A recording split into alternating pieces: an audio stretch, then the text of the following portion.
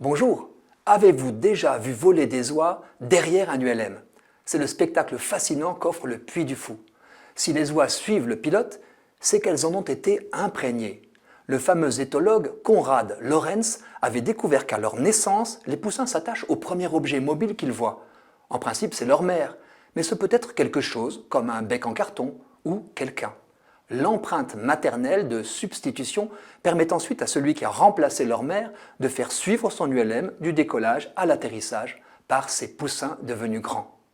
Et le tour est joué. Notons que l'imprégnation est à double sens, le soigneur s'attache à ses oies. D'ailleurs, les parents adoptifs du coucou font de même avec leur énorme poussin qui a expulsé du nid leur vraie progéniture. Voilà, vous avez le secret de certains films animaliers comme Le peuple migrateur de Jacques Perrin. Mais il y a mieux. Apprivoiser un animal est une chose, lui réapprendre la vie sauvage en est une autre. Laissons donc notre vol d'oie bernache en Vendée pour faire un tour en Europe centrale. Il y a 300 ans, y vivait l'ibis chauve. Comme son nom ne l'indique pas, il a fière allure, avec son bec rouge, long et courbe, et la crête de plumes bleutée qui ébouriffe sa tête à la façon d'un Iroquois. Hélas pour lui, sa chair est si délicieuse qu'il a disparu d'Europe au cours du XVIIe siècle. Je suppose qu'il n'était pas assez farouche pour des techniques de chasse qui s'étaient perfectionnées. Exit Geronticus eremita. Le vieil ermite n'est resté qu'en Afrique, sinon dans nos zoos. Des naturalistes ont bien essayé de réintroduire l'espèce en Europe, mais son climat continental est trop rigoureux. La population réintroduite d'ibis chauve s'éteignait quasiment chaque hiver. Il faut dire que c'est au départ un oiseau migrateur. Mais notre ibis avait perdu le sens de l'orientation et s'éparpillait au hasard au lieu de voler vers de précieux lieux d'hivernage. Eh bien, figurez-vous que quelques disciples de Karl Lorenz ont voulu lui réapprendre une route migratoire pour sa survie. Vous connaissez la technique?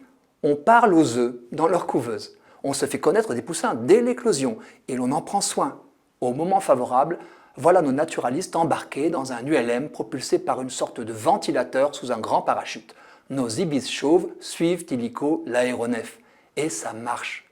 En août 2024, ce sont 36 jeunes qui sont partis d'Autriche vers l'Andalousie, en passant par les Alpes. La migration guidée dure près de 2 mois pour un périple de 2800 km. L'apprentissage de ces ibis pionniers passe par l'homme, qui table sur eux pour enseigner à leur progéniture. Victoire. Les premières générations qui se sont reproduites en pleine nature ont bien transmis à leur descendance la route migratoire apprise des hommes. Ces derniers interviennent tout de même quand les bouleversements climatiques imposent de trouver de nouveaux chemins. La technique de l'imprégnation pourrait sauver d'autres espèces migratrices menacées. Je n'aurais pas cru que des animaux aient à compter à ce point sur l'homme pour renouer avec leurs instincts au service de leur survie. Que nous puissions réparer ainsi certains abus des générations passées est une bonne nouvelle.